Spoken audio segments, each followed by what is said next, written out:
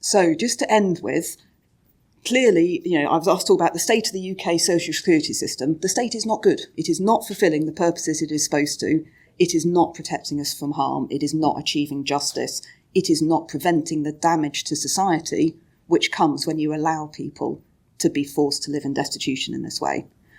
So we've been thinking a lot about how do we change this. And I think there are two fundamental building blocks of how we get a step change. The first one is building public support. So it's one of these things that in order to get governments to move, and in particular in order to get change that lasts, that is not going to be undone by a future government, we need to build real public support for the system. So I've talked to one person, they were saying their ambition is people should be as proud of social security as they are of the NHS. We should think of it in the same way. It is the same expression of our commitment to each other. And we actually do have quite a good basis to build on. So the majority of the public are really worried about poverty. They are worried about homelessness. They're worried about food bank use. They do think the government should do more. And when we've been taking our Essentials Guarantee campaign out, again, there is majority public support among every voter group, which I've never seen for a social security policy in it, ever. So I think we have a basis, but we've got to build on that. Second thing is we've got to get cross-party backing. So I think of it for us as we have to have a big tent approach. We have to build consensus to avoid that yo-yo effect of you persuade one government to do something good and then the government changes and it gets undone.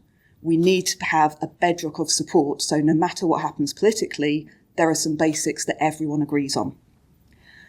In order to achieve these two things, one of the things that we've been finding is that if you go in through talking about, at a starting point, let's protect everyone from destitution and severe poverty, that seems to be the best way in to get both that broad public support and cross-party backing.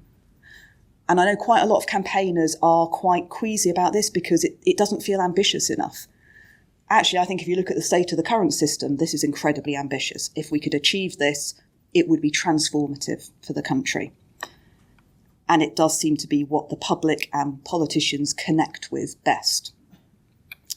The second thing, though, is I think we need to think about what are the top concerns for the country.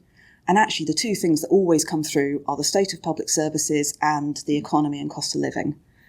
I think we need to do a better job at making visible the fact that unless we solve destitution and we get social security working, we are going to continue to pile pressure on our public services and hold back our economy. And those are the two lines of arguments that we think are probably most fruitful at the moment to get that support. And the last couple of things, so I think one thing's having been in this kind of game for quite a long time, what we tend to do is we spend a lot of time campaigning on very specific tweaks or improvements to the system. And we do that because they're necessary.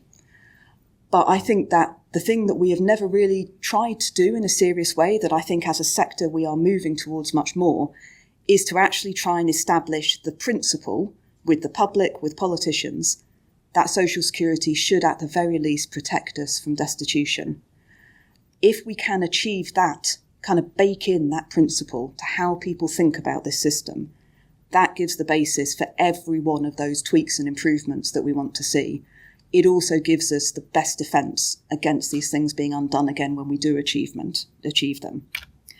And the other thing is the infrastructure. So many of you will have come across the campaign that we in the Joseph Rowntree Foundation are running with, I think, 110 organisations now, which is campaigning to have put into legislation the principle that universal credit and other benefits should at least cover the cost of essentials, and that there should be an independent body which assesses what that means in practice.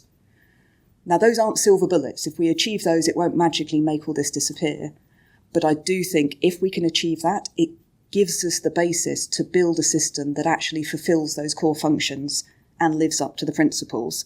And again, it gives us a strong defence against those things being undone by future governments, because you would have to argue that you don't think universal credit should cover the cost of essentials.